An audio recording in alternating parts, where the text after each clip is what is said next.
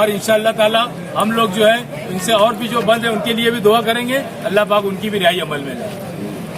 एक मिनट भाई, मैं 12 खिला देंगे तो गुड हुआ पापा के भी भैया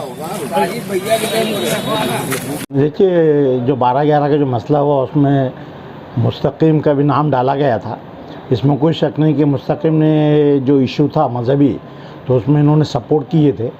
और हुसैन कंपाउंड में जो मीटिंग भी हुए वो नफ्स नफीस हाजिर थे। इसकस लाइब्रेरी में भी उन्होंने तकरीर किया था। तकरीर के मयाद में कोई हेट स्पीच नहीं थी, बल्कि वो ऐसा था कि भाई ये इशू इतना अहम था और मजहबी इशू था, इसलिए उन्होंने सपोर्ट किए थे।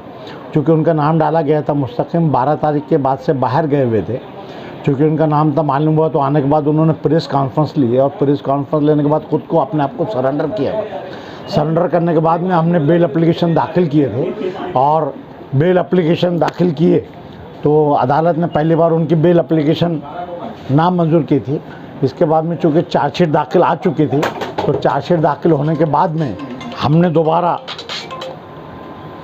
दोबारा बेल एप्लीकेशन दाखिल किए थे। और दोबारा बेल एप्लीकेशन दाखिल करने के बाद में अदालत को ये बताया गया था कि भाई पुलिस कैसा आपको गुमराह कर रही है।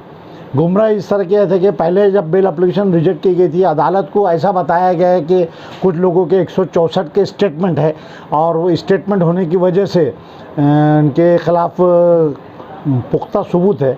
और कुछ लोगों को इन्होंने दम दाटी की है, कोई खलील नाम के आदमी ने भी उसमें तकरार किया है और उसकी वजह से अदालत ने वो बेल नामंजूर की थी। चूँकि चार्जशीट में 164 के स्टेटमेंट नहीं है और ऐसा कोई भी मवाद नहीं था सिवाय तकरीर के, तो हमने बारीक बिनी से तमाम चीज़ें बताई और अदालत ने भी काफ़ी वक्त लेने के बाद में बारीक बिनी से मुताला किया और 15,000 की ज़मानत पे मुस्तकीम को और बाकी के जो और 2 मुस्लिम थे, सैयद मोया जिनकी भी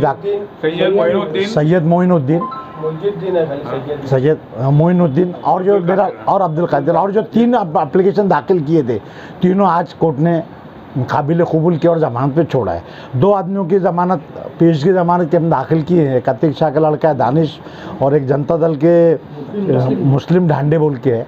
वो दोनों की भी अगर मौका मिला तो इंशाल्लाह शाम तक अदालत फैसला देगा, नहीं तो कल फैसला देगा। और हमें खवा उम्मीद है कि अदालत ने बारीक बिनी से अब मुकम्मल मुतालिया कर लिया है, तो अब किस आदमी का क्या रोल है। बहरहाल हमारे हिसाब से अब जो ज़मानत का जो मसला था, एक दरवाज़ा खुल चुका है, रास्ता खुल चुका है और इंशाल्लाह अब जो भी महरूसिन है इंशाल्लाह उनकी रिहाई फ़ौरन हो जाएगी। अब हम तमाम मुस्लिम वकला बैठ के लाए अमल तैयार करेंगे।